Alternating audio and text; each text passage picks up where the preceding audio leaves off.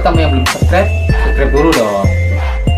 Anggota DPR RI Feli Estelita Runtuwenese melaksanakan kegiatan sosialisasi gerakan masyarakat hidup sehat dengan tema dalam penanggulangan penyakit tidak menular.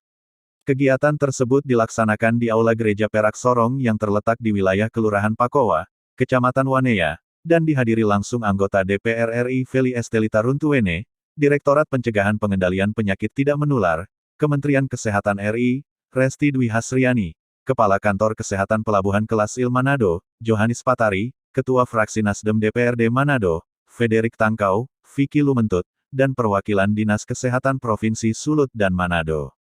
Dalam kegiatan tersebut Feli menyamakan, bahwa kita perlu memperhatikan termasuk penyediaan konsumsi berupa sayur dan buah-buahan. Jangan selalu bergantung dengan buah impor dari luar, sebab higienitasnya diragukan, termasuk jalur peredarannya. Feli juga menambahkan, faktor 4 sehat 5 sempurna harus menjadi konsumsi prima bagi warga saat sekarang. Sering berhati-hati termasuk benda asing ketika masuk dalam mulut. Dan selalu jaga kesehatan baik dalam mengkonsumsi makanan yang masuk dalam mulut kita, apalagi benda asing yang tidak bisa menjamin ketahanan tubuh. Begitu juga kesediaan air perlu perhatian serius dan paling penting kesehatan kebersihan tubuh kita. Seraya menambahkan faktor lingkungan rumah juga harus dijaga dengan sebaik mungkin, hindari benda berbahaya dan keberadaan binatang seperti tikus.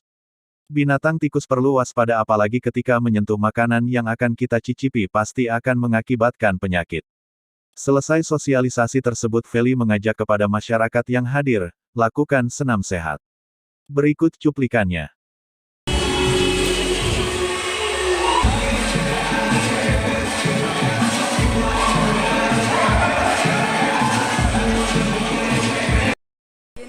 Tujuannya adalah bagaimana masyarakat mau hidup sehat ya, karena kadang-kadang mungkin hidup sehat seperti apa nggak ada bayangan kali ya dari mereka. Jadi bagaimana kita harus sosialisasikan mulai dari hulu ke hilir. Kita tahu kan banyak sekali penyakit komorbid ini yang kita tahu kita sekarang ini masih dalam COVID. Kemudian banyak yang meninggal COVID bukan karena COVID-nya tapi dari penyakit komorbid yang mempercepat ya. Jadi bagaimana orang-orang yang punya penyakit komorbid dia bisa paham betul apa yang dia boleh makan, apa yang tidak, bagaimana dia minum, minuman apa yang boleh, mana yang tidak, kemudian gerakan tubuh ya, olah tubuh ya. Ini penting sekali masyarakat tahu.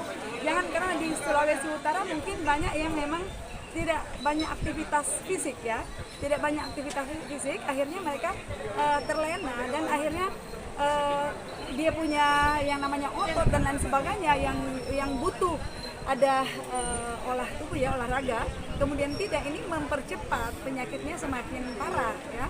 Jadi kita harus kenal. Kemudian apa lagi?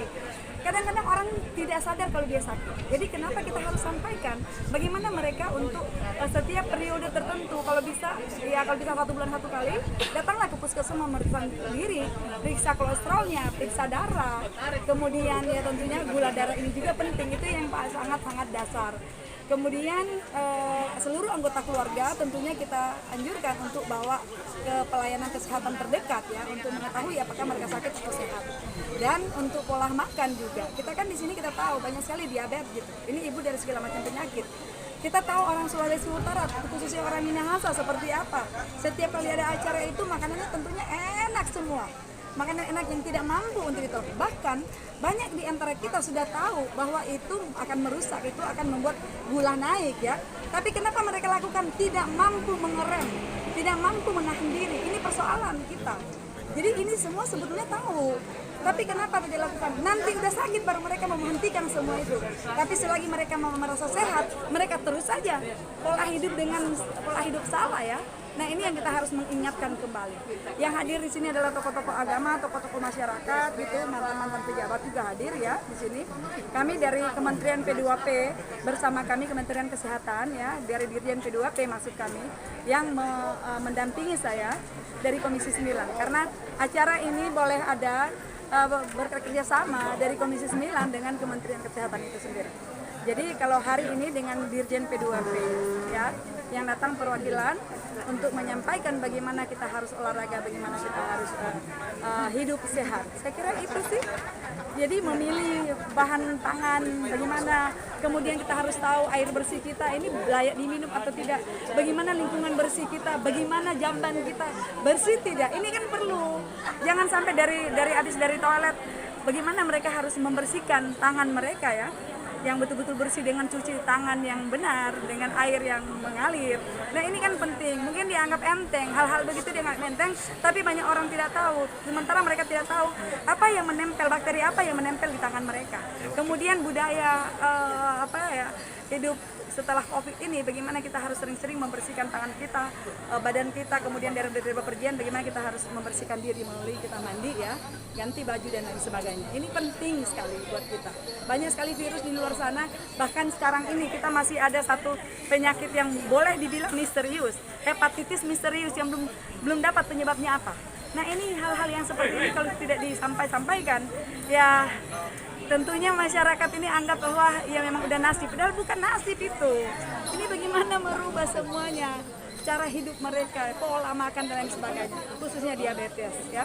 Diabetes di sini karena makanan terlalu enak, tidak mampu untuk mereka menahan diri.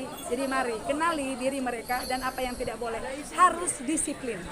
Untuk keberlangsungan keluarga itu ya tentunya kalau kehilangan ibu atau ayah kasihan anak-anak mereka, dan mungkin cucu-cucu masih ingin oma-opanya masih ada menyaksikan mereka jadi apa di kemudian hari. Tapi kalau mereka sudah karena tidak kuat ya, tenggorokan ini 5 jari ini tidak kuat menahan diri ya, mereka tidak bisa menyaksikan putra-putri bahkan mungkin cucunya ke depan jadi apa. Jadi saya berharap marilah masyarakat Sulawesi Utara, masyarakat Indonesia untuk betul-betul mulai dari sekarang apa yang sudah tadinya tidak tahu dan sekarang sudah tahu, mari lakukan hal yang baik, olahraga setiap hari. Bu, kegiatan ini dilaksanakan di berapa tempat, Bu? Kegiatan ini saya sudah ya berbagai kegiatan ya. Kalau dari Kemenkes sendiri mungkin sudah ada 9 titik kali. Ya di Kota Manado banyak. Di Kota Manado kemarin di Minahasa sudah ada 9 tempat yang kita jangkau, kurang lebih dari 20 kecamatan perwakilan yang kita datangi. Chandra Mata Sulut Headline News melaporkan dari Sulawesi Utara.